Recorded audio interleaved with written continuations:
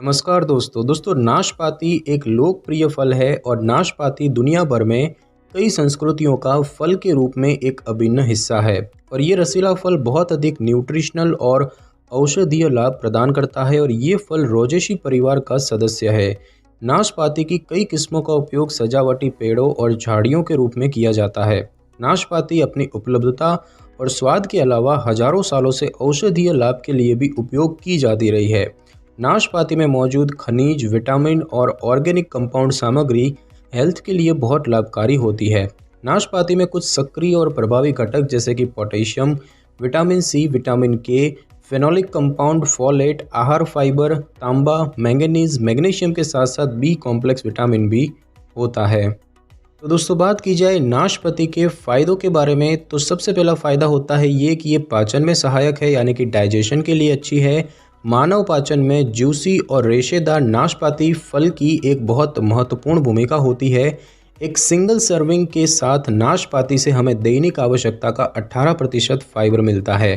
नाशपाती पाचन स्वास्थ्य और पाचन कार्य के लिए एक बहुत मजबूत एजेंट हो सकती है। ये गैस्ट्रिक और पाचन के रस के स्राव को उत्तेजित करती है ताकि खाद्य पदार्थ अधिक चिकना हो और अधिक जल्दी पच जाए। यह आंतों के कार्यों को नियंत्रित करती है जिससे कि कब्ज की संभावना कम हो जाती है और इसमें मौजूद पेक्टिन दस्त और कब्ज को ठीक कर सकता है।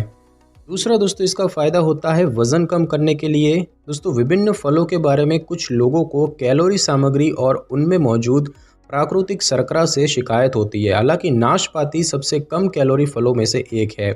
एक औसत नाशपाती में 100 से अधिक कैलोरी है, जो कि एक स्वस्थ आहार की दैनिक कैलोरी का 5% है। हालांकि इसमें मौजूद फाइबर से आपको अपना पेट भरा हुआ महसूस होता है और इसीलिए जो लोग अपना वज़न कम करने की कोशिश कर रहे हैं उनके लिए नाशपाती बहुत ही अच्छा फल होता है। वज़न और मोटापे पर कम प्रभाव के साथ ये एक उच्च ऊर्जा, उच्च पोषक आहार है। साथ ही साथ दोस्तों ये कैंसर की रोकथाम करने में फ़ायदेमंद है। नाशपाती में एंटी कैंसरोजेनिक गुण होते हैं और ये कई विभिन्न प्रकार के कैंसर की रोकथाम से जुड़ी हुई है, जिनमें कॉलन, मलाशय, स्तन, प्रोस्टेट और फेफड़े के कैंसर शामिल है। नाशपाती में हाइड्रोक्सिनोमिक एसिड होता है जो कि पेट के कैंसर को रोकने में मदद करता है। इसमें मौजूद फाइबर पेट के कैंसर को बढ़ने से रोकता है। कई अन्य फलों की तुलना में नाशपाती में बहुत अधिक एंटीऑक्सीडेंट पाए जाते हैं। नाशपाती धूम्रपान करने वाले लोगों के लिए बहुत मददगार हो सकती है। धूम्रपान करने वाले धूम्रपान करने के बाद नियमित रूप से नाशपाती के सेवन से कैंसर से छुटकारा पा सकते हैं। विशेषज्ञों के पैनल के एक शोध के मुताबिक धूम्रपान मानव शरीर के अंदर कार्सिनोजेनिक पदार्थ को बढ़ावा दे सकते हैं और ये कैंसरजनक पदार्थ शरीर से आसानी से हटाए नहीं जा सकते हैं।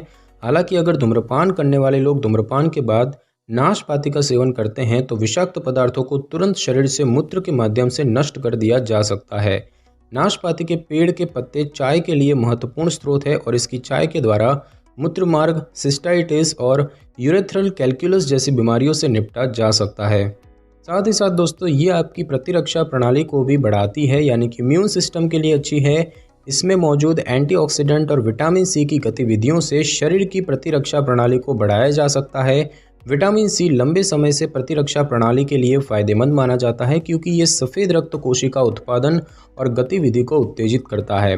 परंपरागत रूप से नाशपाती जैसे फलों को सामान्य सर्दी, फ्लू या अन्य कई हल्के बीमारियों जैसे सामान्य स्थिति में खाने की सलाह दी जाती है और इससे एक त्वरित प्रतिरक्षा तंत्र को बढ़ावा देने में मदद मिल सकती है।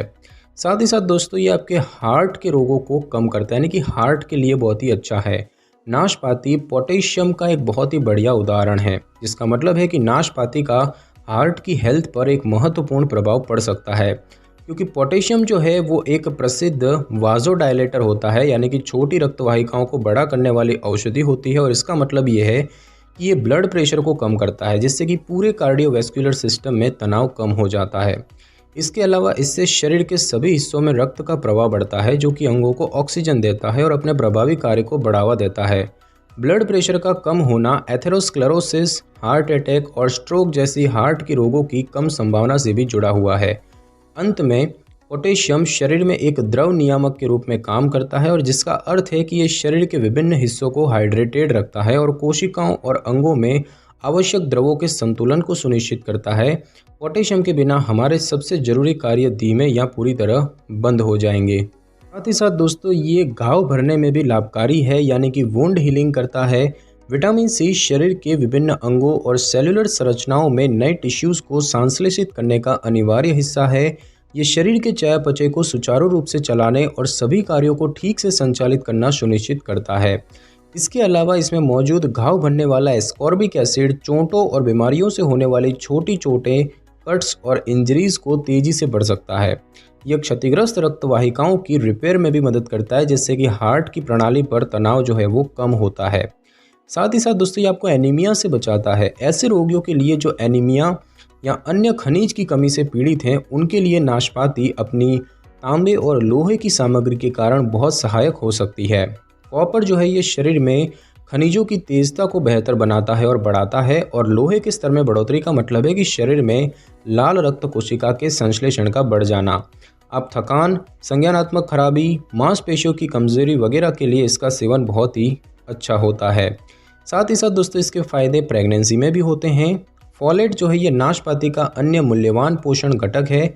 नवजात शिशुओं में न्यूरल ट्यूब दोषों में कमी के साथ फॉलिक एसिड का सकारात्मक संबंध रहा है, और इसीलिए नाशपाती जैसे फॉलेट समृद्ध फल खाने से आपके बच्चे के हेल्थ और खुशी की रक्षा हो सकती है। और इसीलिए गर्भवती महिलाओं को हमेशा अपने फॉलिक एसिड स्तर पर निगरानी रखने के लिए प्रोत्साहित किया जाता है।